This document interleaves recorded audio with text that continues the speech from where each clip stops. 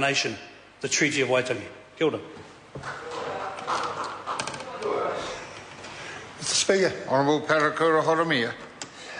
E mihi kaina kia koe mo tērā koro o te whanau e tau, e reka atu I te rongo ki te taumahata.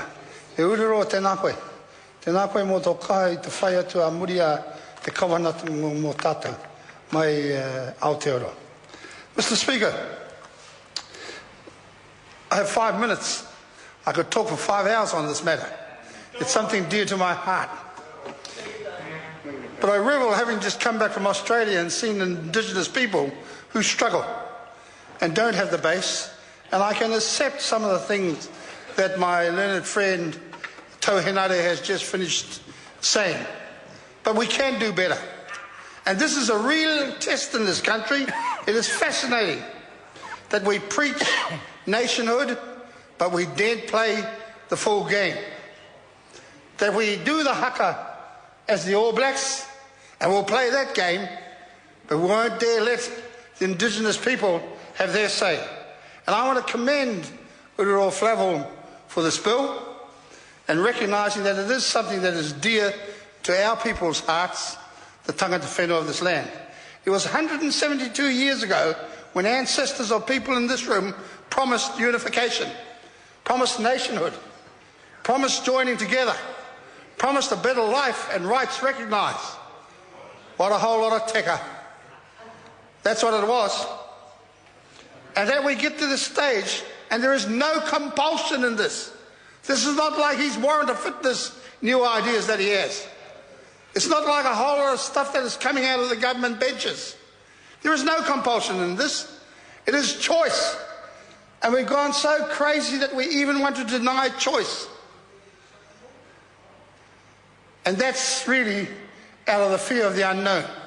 When people don't know about certain things, they play the best card that they've inherited. And I think it comes through their genes. That we've been conquered and things have happened, like Tauhena of the past.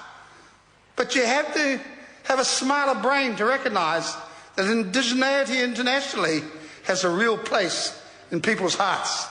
And that in this country it is growing, not just because of the tangata whenua, but the rest of the cultures that we have mixing into our nationality. It is fascinating that I'm seeing a real rev up by this government and other organisations taking trade visits overseas and using Māori as the front end to that. Whether it's to sing a song or throw a taiha around, but they're using it. So you can't deny, even in the macro and the economic sense, that Māori are starting to utilise their assets better. And I really wonder why some people are struggling to support this simple and decent bill. It is the way forward. It is about nationhood. It's not just about standing underneath the Union Jack, because that stance was forced upon us by other people. And we recognise all of that. We've taken the benefit out of it.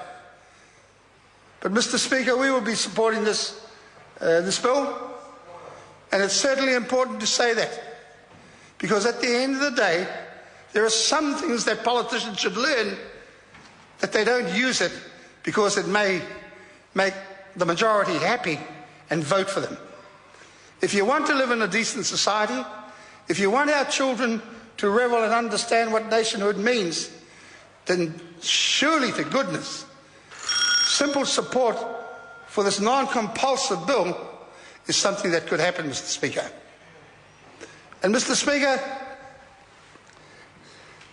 Māori are great people. It's been 172 years since the treaty was signed. It's fixed in other areas. We have a treaty commission. We have a treaty process in resurrecting and putting right what was wrong. Why can't we have this recognised? Because it is choice.